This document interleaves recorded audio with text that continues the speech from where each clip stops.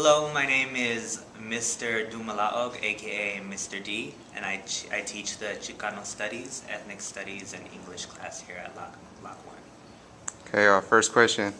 How do you feel about teaching ethnic studies at Locke? How do I feel about teaching ethnic studies here at Lock? I have big shoes to fill, definitely, and I don't know that I could ever fill the shoes of Mr. De Paz.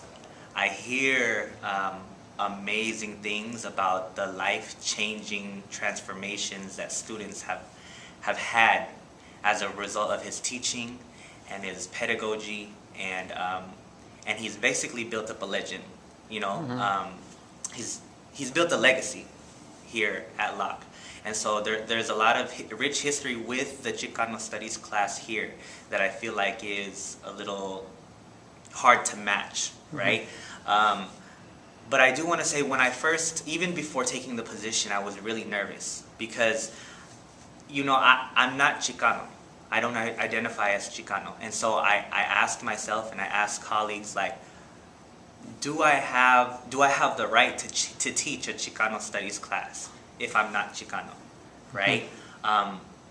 But the big thing that pushed me to do it was that I wanted to do it. I wanted to learn, right? I wanted to learn, whether it be reading or whether it be learning from my students, what it meant to be Chicano.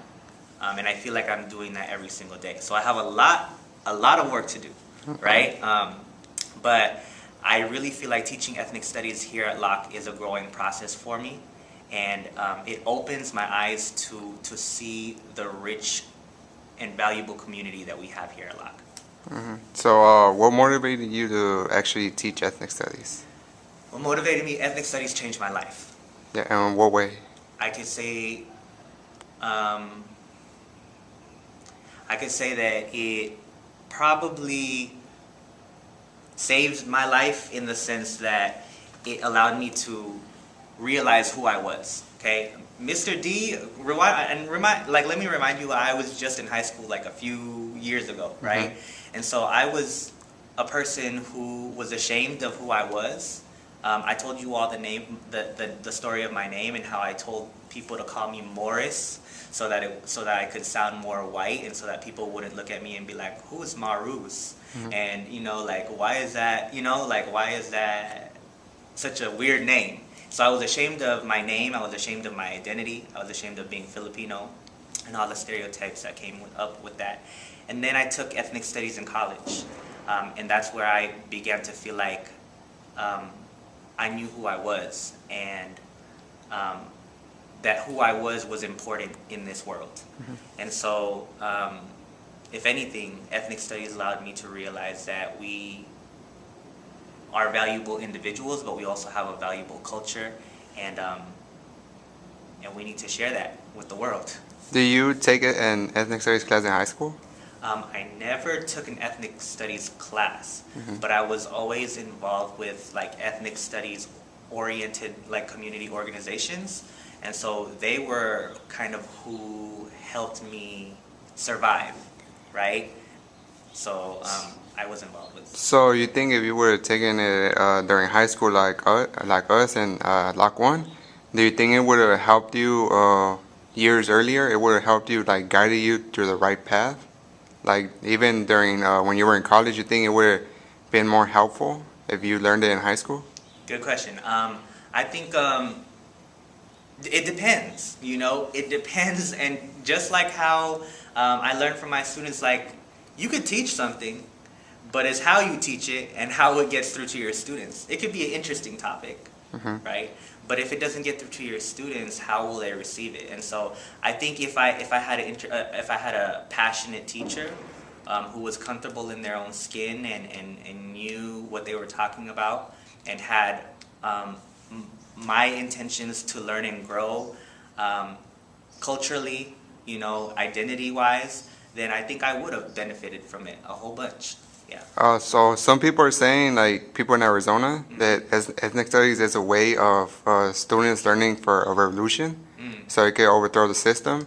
But do you feel that ethnic studies is really important for society and our community? Most definitely. Um, and I'm not scared of that word revolution. I think that's an amazing thing. This country continues to grow because of the revolutions that have occurred, and it's going to grow based off of the revolutions that have yet to occur, right? And so yes, if a class teaches students that they're so important that they can go out there and fight for what they want, revolution, right? And I think it's absolutely necessary. So, how do you feel about the banning in Arizona, in Tucson, Arizona? How you think the kids over there feel? How do I feel? And I don't know if I'm being too, but it's effed up. It's absolutely effed up, right? It's a struggle for power, politicking, if you would say, right? And it's this fear, right?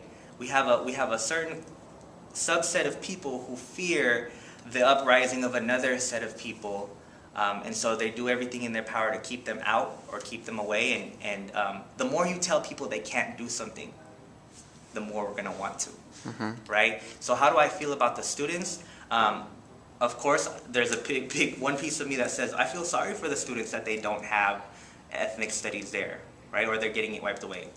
But it's this very instance that's allowing those same students to realize how much power they have and how much they're willing to do to fight for what they want. Okay, so, will taking this class guarantee students to learn about their heritage, past culture, and ancestors? Okay, so yes, I think with regards to learning about your heritage, your past, your culture, I think you learn about that when we talk about what this culture has contributed to this society, right? We also learn about that when we do projects about where our parents have come from, our parents' country of origin, right? We also learn about that when we investigate our communities, right? Instead of saying, oh, we're this deficient community, we're this urban community, instead we're saying our communities are valuable, right? So, how will you feel if they take away ethnic studies next year at Locke? Okay, I'd be devastated. I don't know what the current status is of the decision making right now, but this school in itself was founded with ethnic studies. Like it was a revolution. It was something that the staff and students, I guess, fought for to have here, and it's a very huge piece of Locke One's identity, right? And I think it's absolutely necessary that students continue to have the opportunity to take this class, because at the end of the day, they still learn who they are. They still learn about an education system that was designed for them to fail and how they can overcome that, and how knowing about themselves tells them that who they are is valid, who they are is important, and who they are can definitely make a change. Are you thinking it will affect students next year if there's no ethnic studies class anymore? Without a doubt. In what way? Statistically, I mean, even if we look at the research with regards to, Tucson, there was proven stats that show that, we have a higher concentration of students getting admitted into four-year colleges, test scores going up, right? And I feel like that is going to be impacted, right? Regardless of whether or not I am going to be teaching it or not, just the fact that this class is not here will severely impact the students, because in some ways, even if I don't get through to a student about teaching them about their culture, I feel like this class gives them a voice, right? And when students don't feel like they have a voice, school just becomes another system, right? A system that they go through. And I'm not saying that, other teachers don't do that in their classes, but I know that this class, I can confidently say, does that for for certain students. Okay.